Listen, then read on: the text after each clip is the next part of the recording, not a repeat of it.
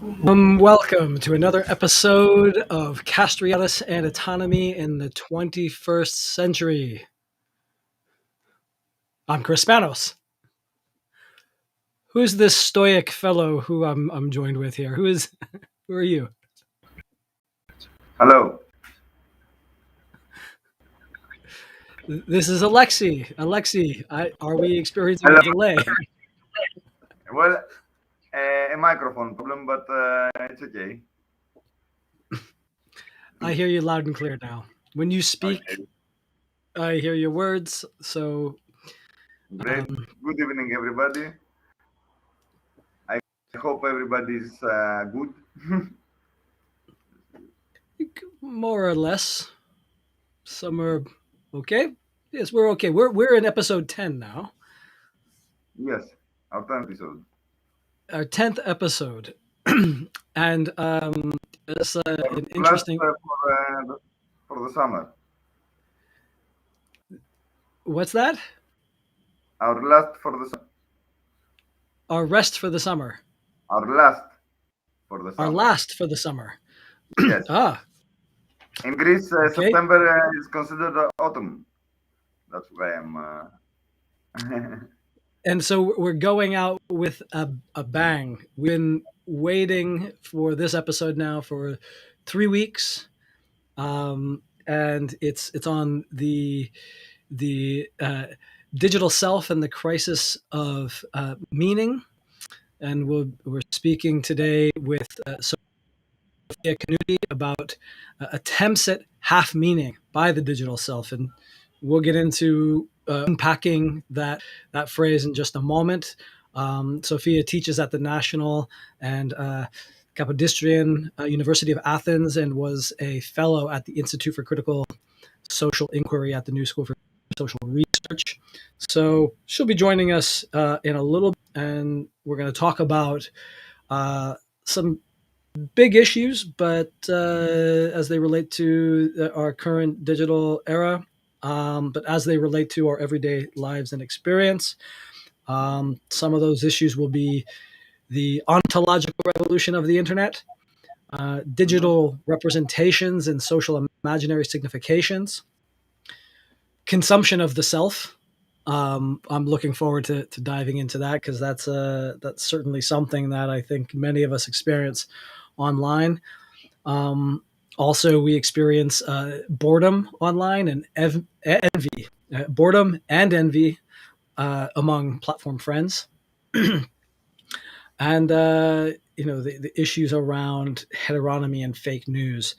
So we'll get into all that in due course. I know in our book that we co-authored, both Alexi and I, with Nikos, who was unable to attend today. So we'll miss having his contribution, but the three of us co-authored this book, Castoriadis and Autonomy in the 20th century, and we have a chapter, chapter 9, that's entitled "The Ontological Revolution of the Internet," where up to that point in the book, we're discussing how the market and the state are some of the forces that are helping shape the social imaginary of our societies.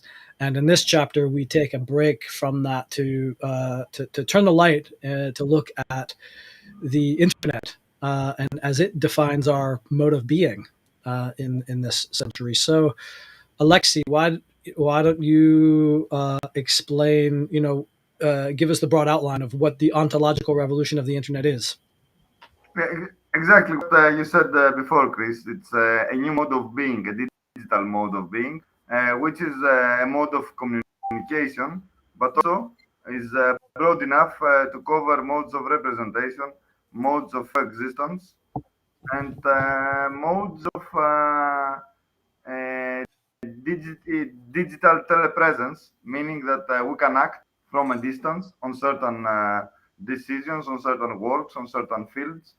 And this creates some new social historical phenomena. The expansion of the internet was a phenomenon that Castoriadis nearly got a taste of. He passed away in 1997 before the explosion of the digital era, or at the beginning of the explosion of the digital era. Of course, the technology behind the internet is decades older, but the application, the public application, is broadening, and that is what constitutes a social historical phenomenon, not just a technical innovation. And we used, in a way, the Castoriadian tools of thought, the Castoriadian concepts, to analyze a phenomenon which he didn't have the chance to analyze himself, but which determines as a new era, I think, our time, and creates a gap, a historical gap, between the pre-digital world and the digital world in every mode of social interaction. And during the coronavirus, as we had the opportunity to point in our book as well, this transfer towards the digital sphere of many social functions and social interactions has been massive and accelerating. We saw that this year. We had even performances done online or presented online. But however, as we point in our book, this doesn't create a world of escape, but creates a new field where the social interactions that are dominant and social struggles that are prominent in the actual social world are transferred and transformed and boosted in many ways through the internet, as well as the discourse that even obscurantist discourses and the discourses that are non-orthological find a new way to appeal to a general public, which is global. And this is the new, I think, element that we try to describe in our book, this new sense of globality and common historicity, which is created or actualized by the internet, since we can actually, for the first time in the history of mankind, of humankind, we can actually communicate without having to deal with the distance. This creates a new sense of humanity, but also a new sense of decorporalized sentiment, a new sense of decorporalized representation. It has many facets, and that's the problem. I think we try to make to the point that we try to make, that the internet creates new problematics, new problems. It's not just a good or a bad thing. It creates a new field of social interaction, which we cannot, we cannot ignore anymore. Use, and we have to also try to expand and liberate from state and capital influence.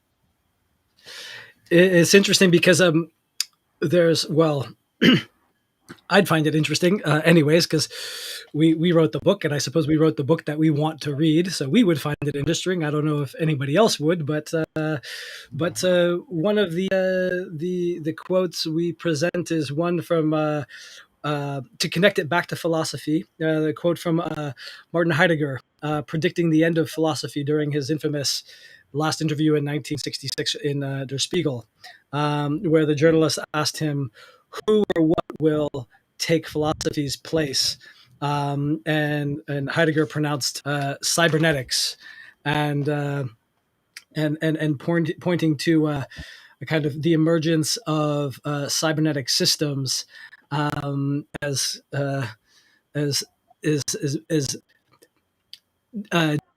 displacing or emerging and representing or displacing human consciousness, and so that is another instance of this aspect that you talked about with the decorporalization of our experience, and the idea that we can't be, as human beings, we simply can't be as good as machines or artificial intelligence. But of course, the underlying sentiment there is the anti-humanism, that occurs through that perception, and so that's another aspect that we critique. Exactly.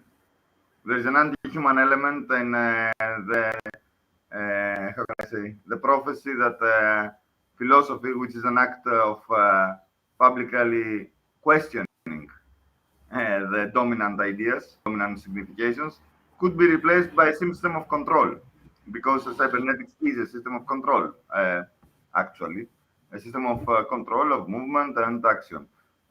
This points to the reduces or misses or evaporates the human creative element and actually the human imagination, which is, as Castoriadis points, a matrix of new ideas, new significations, new urges, new desires, or new fear, new sentiments, which is cannot be reduced and cannot be confined.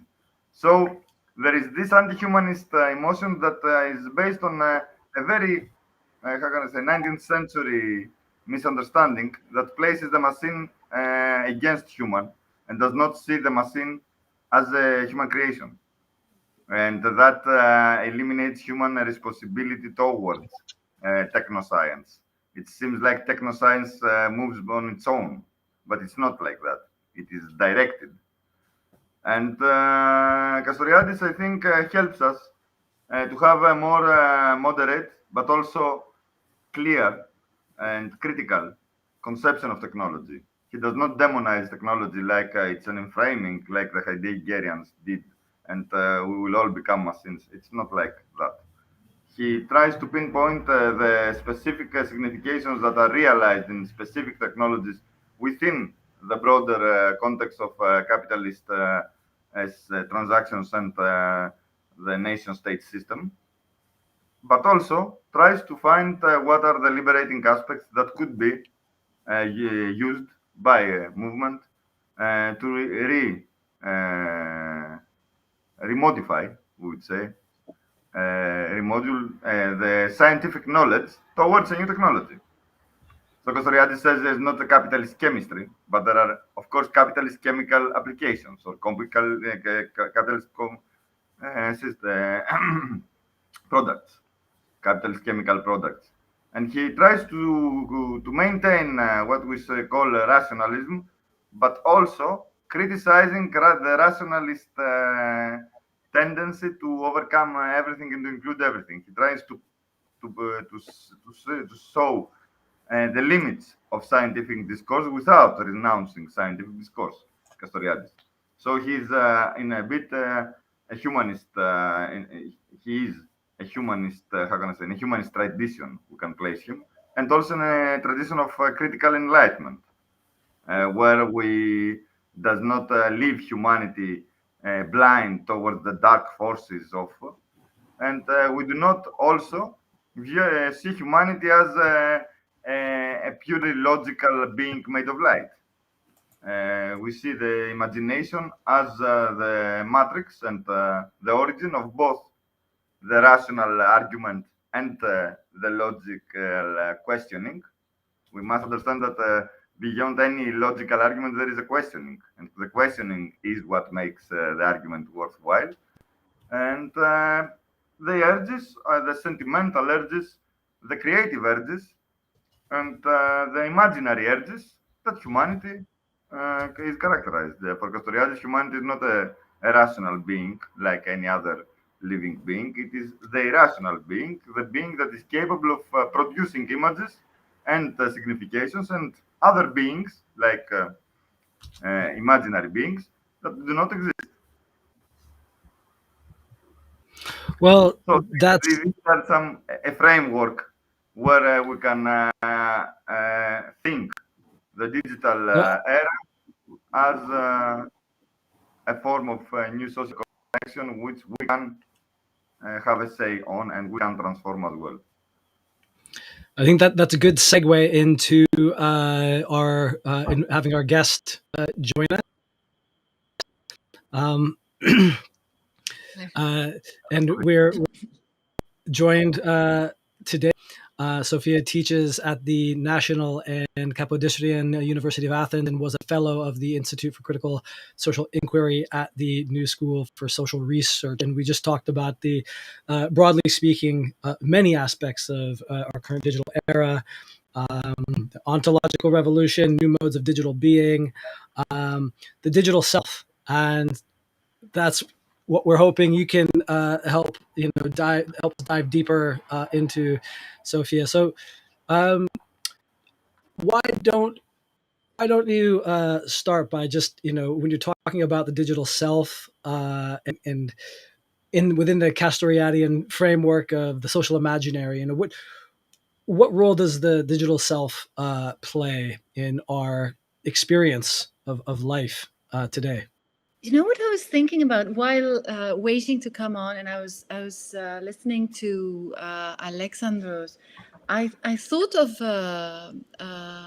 something that Castoriadis writes in the Political and Social Writings. I can't remember which volume, but he talks at some point about how we as workers end up working as machines. So the machines come into our lives, and instead of them liberating us, we have this phenomenon where we have to have the rhythm of the machine. We have to work as quickly and as rationally, in inverted commas, as a machine.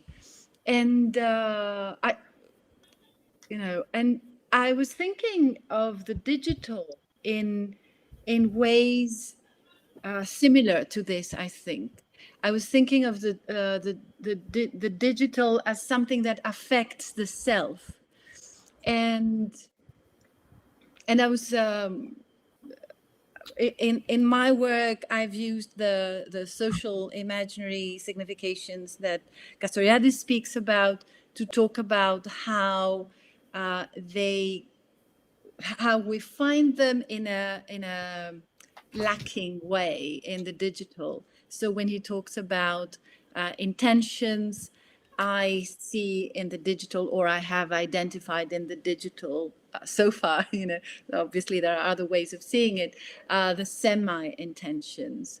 When he talks about feelings, I have identified the semi-feelings. And when he talks about representations, the semi-representations. So, and if we talk about the social imaginary significations as a very central issue in forming meaning, in forming the self through meaning, I have identified the ways, or I've tried to identify some first steps towards identifying the ways in which there is a lack of meaning in the ways that we use the digital today. Or to put it in better Castoriadis' terms, there's an effort that doesn't quite make it in creating meaning for ourselves and for others. Because Castoriadis, as you know, he talks about how we ourselves are to be creating our meaning. We're not going to find it somewhere. It's not going to be God-given. It's not going to be discovered somewhere in a new world. We have to create it ourselves. And once we create it through being with others and through institutions, and what is institutions? Institutions are those places where we are with others in a semi-permanent manner. Institutions are as concrete as we can get, even though on the next turn they could be eliminated. But institutions are being with others. So through institutions, Castoriadis says, we create meaning. And we create meaning for ourselves and for others. And it is through these institutions that we can also stay together. It is through the meaning that we can stay together. So an institution where there is no meaning is a non-institution, doesn't exist. So We create institutions and we create meaning, and meaning creates this being together with us, with each other. So there is this wonderful reciprocity, this energy of we create and we are being created as meaningful subjects. So there is a way in which the digital can be an institution, I suggest, and I in the article that maybe sparked this conversation here, I see the way being when the digital is linked with the rest of our lives. And I failed to look at your previous discussion last week. I am definitely going to because I really love the subject. And I wanted to discuss these things with you. Sadly, I haven't done it yet. I haven't watched it yet. But I was thinking of the fires, and of course of other political ways in which the digital has helped. The way the coverage of the digital coverage of the fires in Greece worked was through being there, through the link with reality.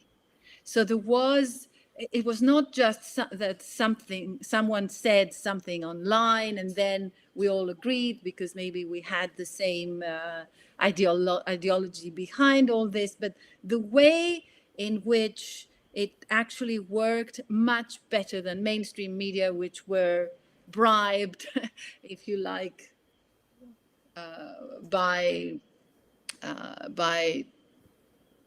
those who did not want the truth to come out about how huge the fires were and how things really collapsed. But the way in which it worked was by being out there. So there was a link with the rest of society, the way there was a link with the rest of society, the rest of reality, I would say.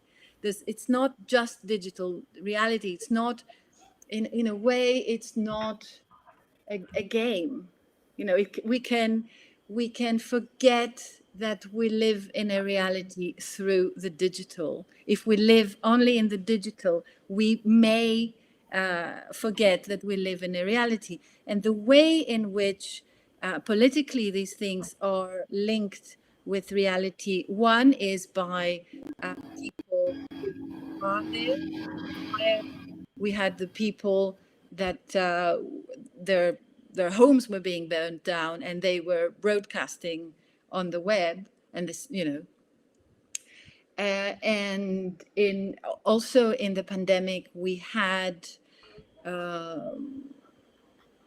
links, online links with or links of the online discussions with very real things such as traumas of women who were harassed and molested and raped. Excuse my words. So when reality itself from outside this game of this electronic game, when reality visits and it's when it is present, then there is an emancipated digital self, let's say, a democratic digital self. But we need the link with the rest of reality. And we've seen it in the Arab Spring. Whenever the internet was democratic, it worked through the link with reality, with other public spaces, or at least with an assumed, when we vote in Avaz and or in other platforms and it counts because these things are assumed to be votes, actual votes. But it's interesting just to I want to get your reaction to an aspect of what you're saying, and that is this link with the digital representation of the fires in Greece with reality and real kind of collectively experienced life on the ground. And when that is almost too real in the representation, or it's too much for the social imaginary or the kind of elite narrative, which is slightly different than the social imaginary. My understanding is that there was an attempt to shut down those voices and experiences that cast a more critical light on what would be the ideal representation for in the kind of dominant heteronymous view, the elite that's aligned with the elite view.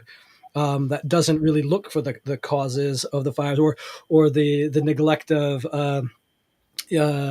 fire and safety services over the years, and as Alexi pointed out last episode, the funding of security forces and police forces at the expense of fire and safety services.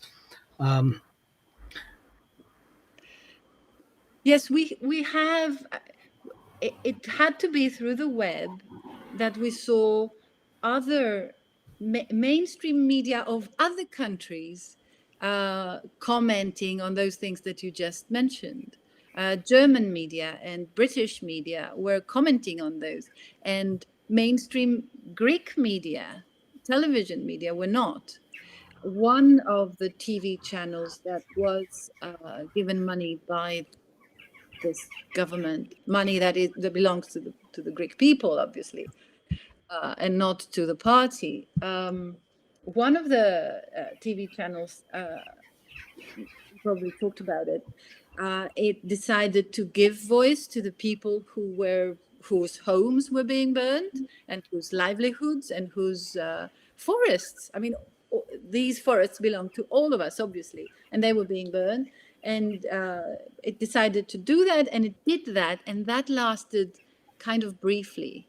And I remember at some point there was, as part of this, I don't know, what was it, a week of trying to give voice to the people. At some point, there were two journalists in that TV channel. And one was saying, and there is this katangelia, how do we say it in English? There's this, sorry? Accusation. Yes, accusation, but formal accusation. Yes. With facts. A member of the public sent via the web to that TV channel and accused somebody of so and so. And one of the two journalists say there was this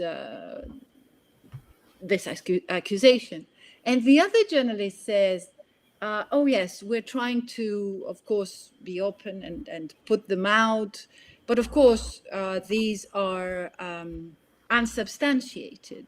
They are not, they are not researched. And I'm sitting there on television and I'm watching this, that did something right for a week, a week-long right thing, and I had this woman. It was a woman even, and that upsets me as a woman. A woman journalist saying, "Well, this has to be researched. This is not researched." And I'm thinking, so who do you expect to do that research? You are the journalist. Should I do the research? It's like, it's amazing. But it's very consistent with the idea in liberal oligarchic sense that the critical perspective should only come from the expert and the specialist. And if a critical perspective arises or evidence is presented that is outside that social imaginary, it can be easily dismissed. They don't have credentials. They're not a real journalist. What's the source? The source of the information isn't a known, legitimate, validated source. And yeah, that it has to do with the journalist kind of being reduced to a presenter as well. You know, you're not a journalist anymore. I don't know why the word exists if you're just going to present data. You know, but anyway, we should perhaps go back to the digital per se. But it was even in that case it was the digital, because it was through the digital that this citizen could make that accusation.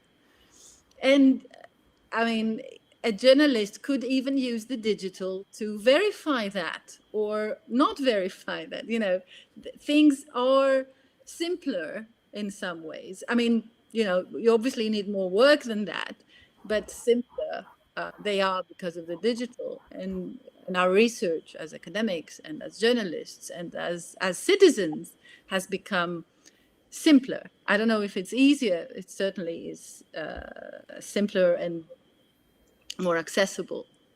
But talking about the digital and some of the things we were talking about, I liked what you said about having to have an expert and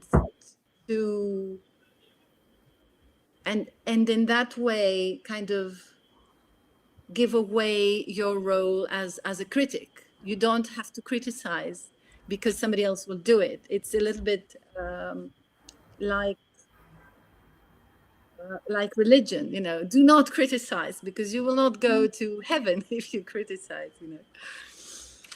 So I was thinking of this notion of meaning and the social imaginary significations in relation to what you just said about this, you need an expert, and how this need of an expert we see on the web as giving away, or not giving away, but giving up your role as working even. You know, you're not, if you used to be a journalist, now you're a presenter. If you used to be a citizen, now you seek this perpetual leisure. Or you may seek this perpetual leisure, and you have, so as intention, you get to have a semi-intention. The intention, Castoriadis talks about this great thing. Instead of, he says about the media, that instead of us having to see the media as spectacle, the media is there instead, according to Castoriadis, as helping us to forget, because we want to forget. And so it's not, so in some ways he goes deeper than what we see in front of us. It's not just the spectacle. The spectacle is a description, but behind the spectacle, the why of the spectacle is to make us forget.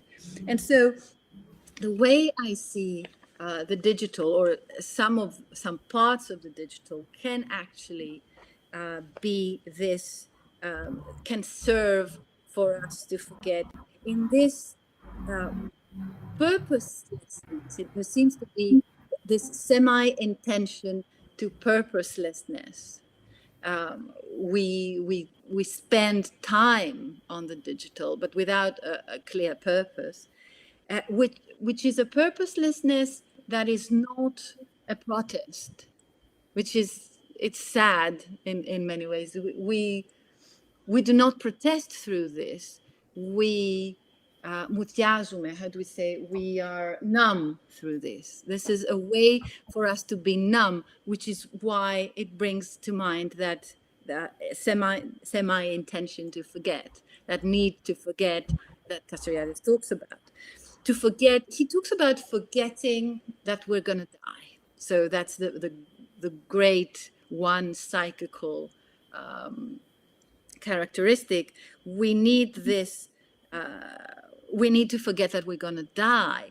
And I would say, and I think he would say as well, we're trying to forget any loss in this sort of capitalist society that we've ended up with, as though the wave kind of brought us here. It's we seem to be trying to forget any loss, because any loss can brand us as the loser. Any loss can be traumatic, you know. So we have this semi-intention to perpetual leisure that is also characterized by owning.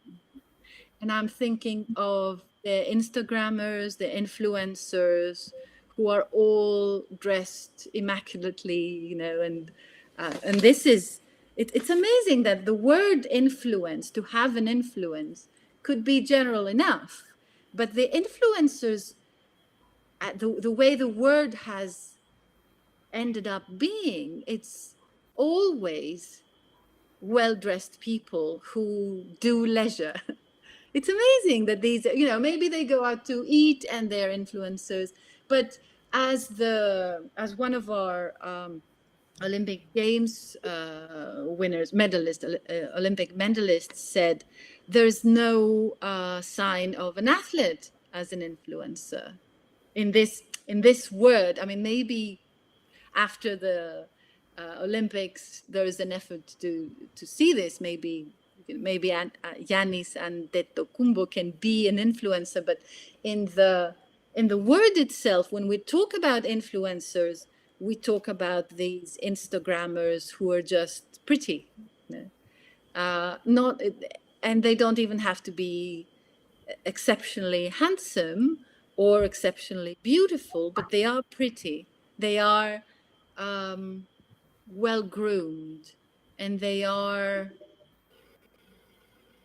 wearing nice clothes, and they are effortless. That's what they are. They are effortless. So this semi-intention to perpetual leisure is characterized by this effortless. And Castoriadis talks about this a little bit, and I love that part where he says that there is a passivity in us that has to do with technoscience solving problems in our stead. And so we seem to have this psychical need as products of this capitalist era. We seem to have this psychical need to not make an effort. And so science, technoscience, comes to our aid, and it gives us the opportunity to have 50 takes for a picture to find the one that looks effortless. So, you know, I guess what does that mean? It means maybe that we don't need a professional photographer. So again, we're away from the profession. Again, we are not photographers, and we take pictures in our leisure. Again, the expert is somebody that we don't ask as journalists, because that's a job, and we are in our leisure. We are presenters. I mean, what are you asking for me? This needs to be researched. You know, we are happy to present what the citizen brought to our attention, but this needs to be researched. And who's going to do it? Not us. So he says this, he talks about this passivity where technoscience will be solving problems in our stead. We don't have to raise a finger. We don't have to raise a hand. What does that mean? It means that we will not lose. We cannot lose, because somebody else will do it for us. And if anything, I guess technoscience could be the loser, but it can never be really a loser, because in our imaginary, it is actually God. So, yeah, so that was the part, the function of intention in the, I guess, in the mainly negative ways that I trace those. So the semi-intention to perpetual leisure characterized by owning, and the semi-intention to forget any loss. Now, with representation, I think equally, we're talking about God-given things. She's pretty. What's her name? The daughter of the lawyer who made sure that this famous black man would not go to jail. Kim Kardashian. She's very pretty. What else is she? She's the daughter of somebody that we barely remember, those who look at her pictures. So there is a representation that is of the person that is God-given. There is the representation of the person that has done nothing with effort. There's the representation of the effortless beauty, or of the other thing that Arendt talks about as majorly apolitical charm. There is the representation of charm, and she says that this French notion of charm, the charming house, it's the charming home. You are indoors and you're showing to people you're indoors. You are indoors. You're not showing them your action. You're showing them your sofa. You're showing them your dress. There is this idea of the God-given. I'm reminded of a student of mine and of a 12-year-old that I met this summer, the son of a friend of mine. Both, but I guess what hurts me is that one student of mine said that as well. It was in Cyprus. She was writing. She was trying to write and to be an author. And she showed me her writings. And I said, okay, that's good, but you should read so-and-so. And she answered, but I can write without reading. But I can do this without reading. And the 12-year-old, this summer, he wants to be a script writer. And me and my friends, we were telling him, you have to read and you have to try again. And he says, well, I don't have to read. I have talent. There's this God-given thing. You don't have to do anything. It just comes. It is a little bit like,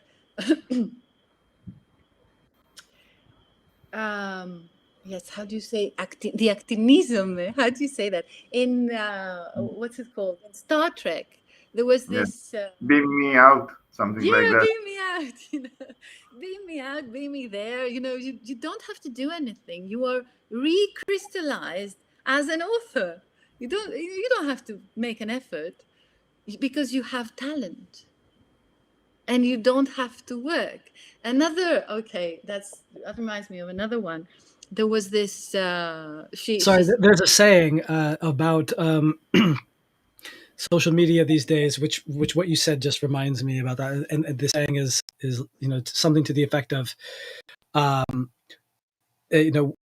everybody is a rock star now online with their audience of 50. Yeah, exactly. But they do think that they can have an audience of 50,000 and 5 million and 50 million.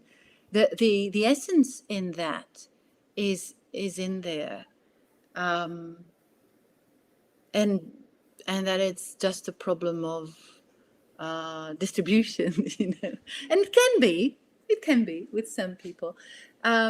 But I was also thinking of this Greek model. There is this Greek model who's still on television, and I remember her because a few years back she was telling young girls who were trying to be models. She was telling them, "We are lucky.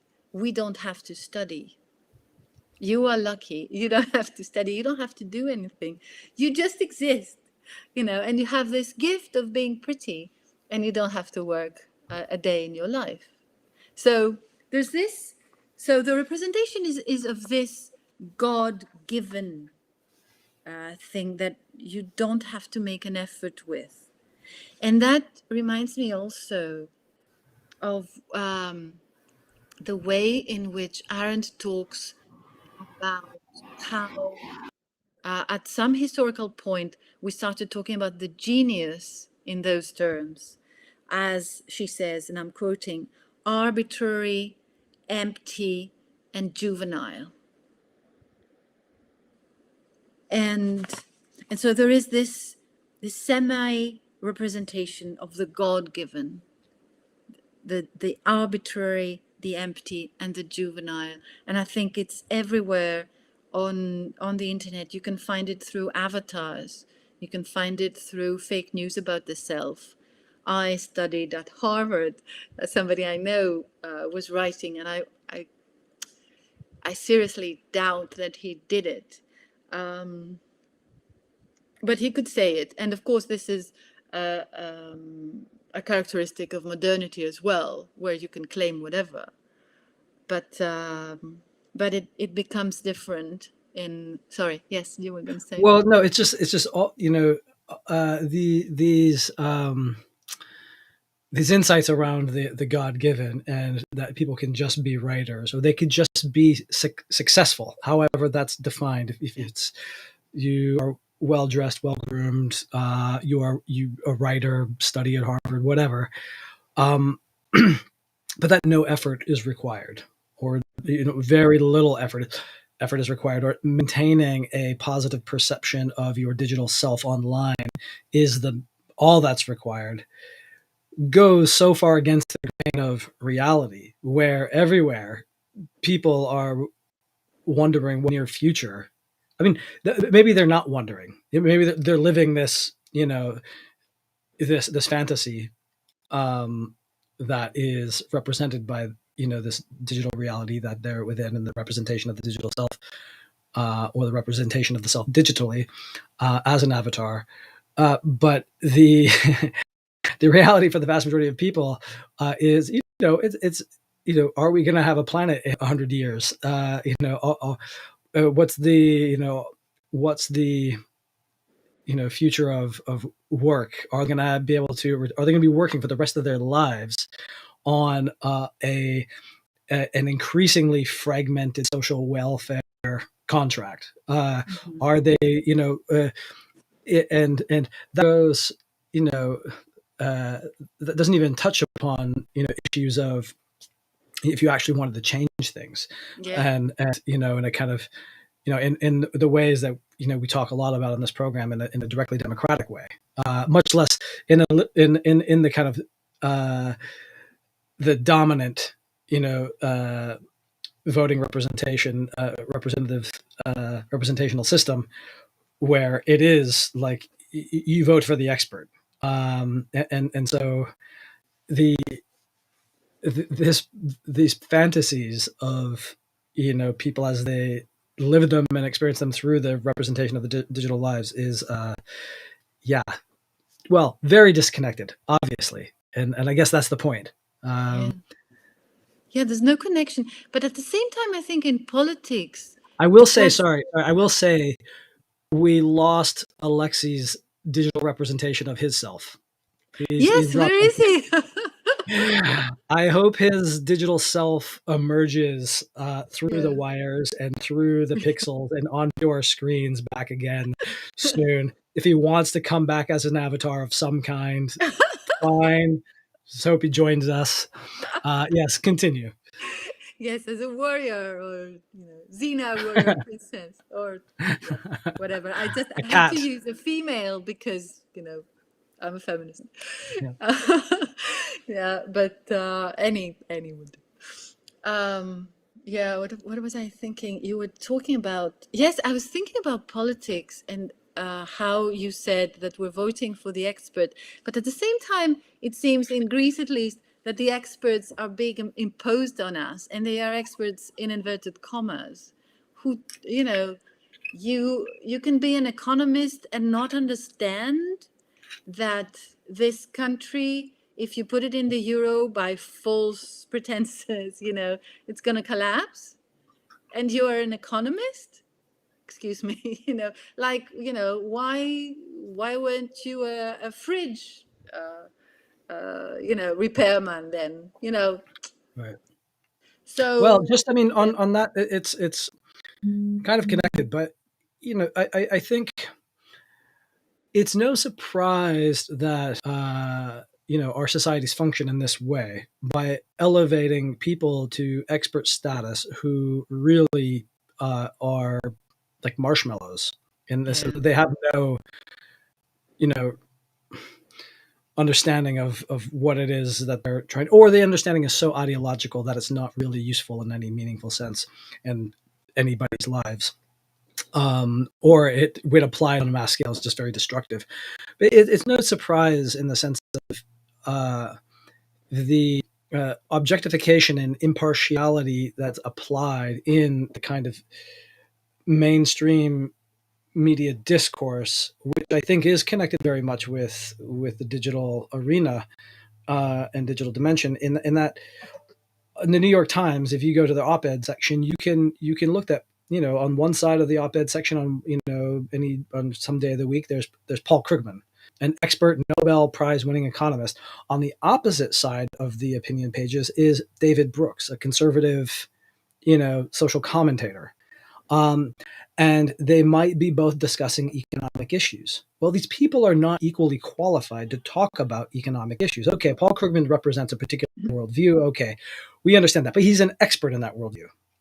And it's misleading to present these two people on as representing different views of equal, who have equal understanding, and so it's no surprise, I think, that people will feel, especially like people who are credentialed and do have elite backgrounds, feel qualified and like to have the expertise to talk about issues that they don't have any understanding on. And similarly, again, the New York Times, I studied the New York Times for like 4 years as a media analysis project. And, in 2014, they were writing articles about climate change. And in the articles, with every quote, I mean, I could pull up articles from 2014 where they quote climate scientists, actual climate scientists, and then provide a counter view to be impartial from climate researchers. Not climate researchers in quotes, but this is me. Like they were presenting it as it was as a legitimate counter perspective to the climate scientist, and they were playing this kind of impartial, objective game towards the scientific consensus that was emerging at that time. No wonder people are skeptical today about John Oliver had this wonderful show on climate change where he showed how the 99.9% of the scientists believed in climate change, and there was maybe one or two scientists who could have been biased by other factors maybe, who were not believing climate change. And so he kept talking about how can you have on television one of the two and one of the 99.9% and have them on equal footing, saying, oh, there's this other view. It's and it has to do, it plays with exactly what you said, this really harmful notion of objectivity and impartiality, when really you should take sides, research it. You are the journalist, you're not a presenter. Well, I think it connects. Yeah. I think it connects with what you were saying earlier about the Greek fires and the digital representation of them. It's easy for if the real lived experience of people trying to defend their lives and protect their communities is breaking through the mainstream narrative of this isn't human induced climate change, this isn't because we underfunded these systems and supported the militarization and police and security apparatus. It laid the groundwork. These things that we're talking about in terms of media and laid the groundwork for that dominant view to be, perceived as legitimate in the social imaginary in Castoriadian terms. So Exactly. I think it is very much connected to the work that, what you're talking about. Yes. Yes, it's constructing a representation of effortlessness, of, you don't, it's not just that you need an expert. It is actually that you don't have to work for that. And even the expert, as you saw and as you mentioned, even the expert doesn't really have to be a real expert. You just put them there. I was thinking while you were talking about this this practice on the internet of repeated content again and again and again, not really researching, but just having a second hand and third hand.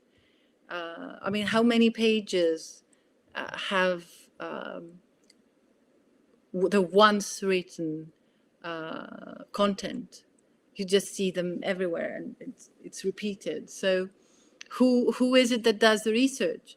And of course, we're not talking about fact checking, which is literally obliterated on those terms. But yes. Well, maybe we can shift to another area of research that you've done, and that is your work around consumption of the self online. And I feel like this is a really interesting topic. Most of us online are engaged with it. We've talked about heteronomy and fake news a bit, and we've connected that to the social imaginary and digital representation of the self and actual lived experience as connected to the fires in Greece and so other aspects of this are the consumption of the self and that what we're in a way what we were talking about like everybody's a rock star with an audience of 50 thinking they can get 50,000 with a The a blink of new an eye. jacket or something. Yeah, there is. I think the way I see this consumption of the self through selling the self, it you post a picture of yourself after having taken 50 failures and discarded them, and you post the 51st, the 50th first. I don't know how to say it in English. And I'm saying this because I'm quoting some Instagrammers, and you don't actually count something else, but you count the likes, and you have this. I've seen. Okay, I have to admit, I have seen academics. I'm an academic. I'm not talking about myself, but I've seen academics I admire worrying about, or actually being hurt that somebody that they don't even particularly like, or even dislike, who didn't like their post. And this was kind of amazing to me that they would notice, okay, this person didn't like my post, then why didn't they? I think this is a peculiar consumption of oneself, because you count the likes, because you count the likes of a person that you don't even care about. You don't find them worthy, and you expect, and you are a worthy person. If this can happen to you, this sort of addiction, it's a little bit like the way in which an addict consumes themselves through wanting this drug. It's This seems connected to the envy. The envy. Yes, there's this. Yeah, I was going to say first about it seems in a way a bureaucratization of the self. There's a self that is really kind of extremely foreign to your essence, and that it has to do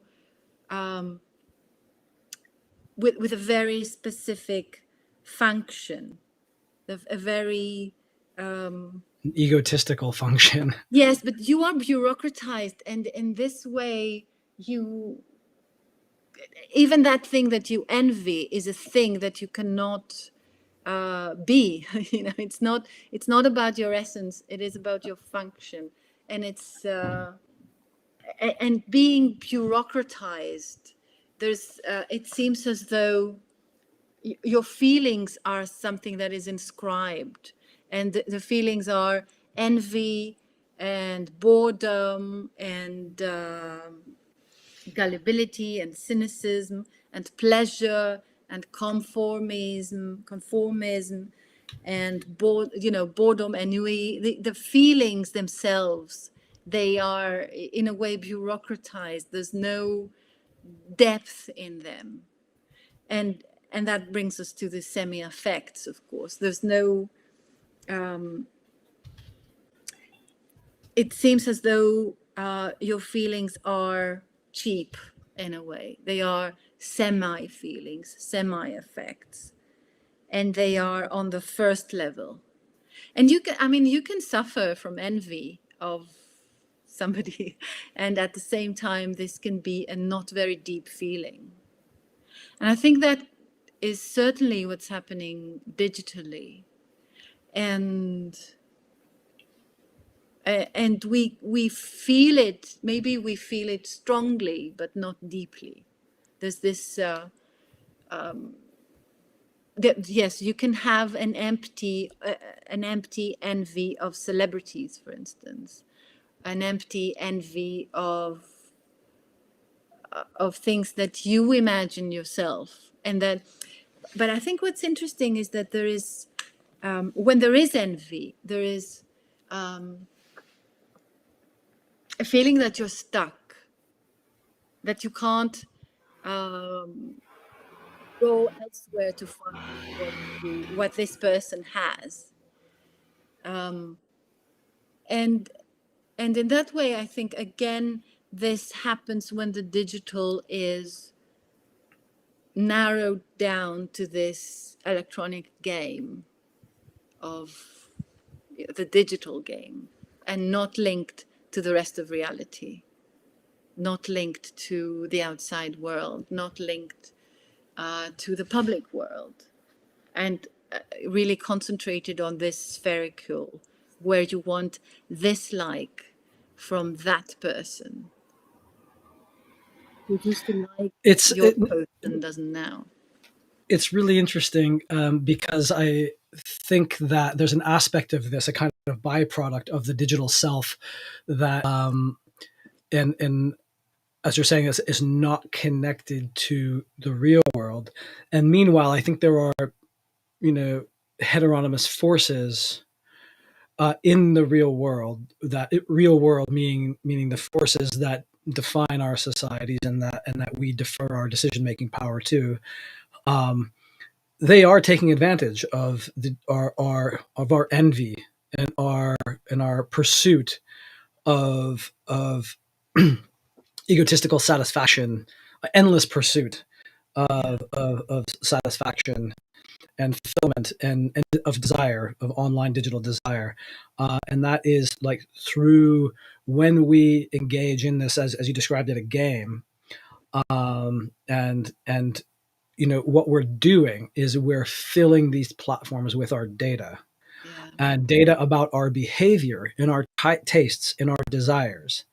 And we may not be behaving any way that's connected to the real world, world as it's socially constructed by heteronymous forces, and that as we experience our mode of being outside of the digital realm.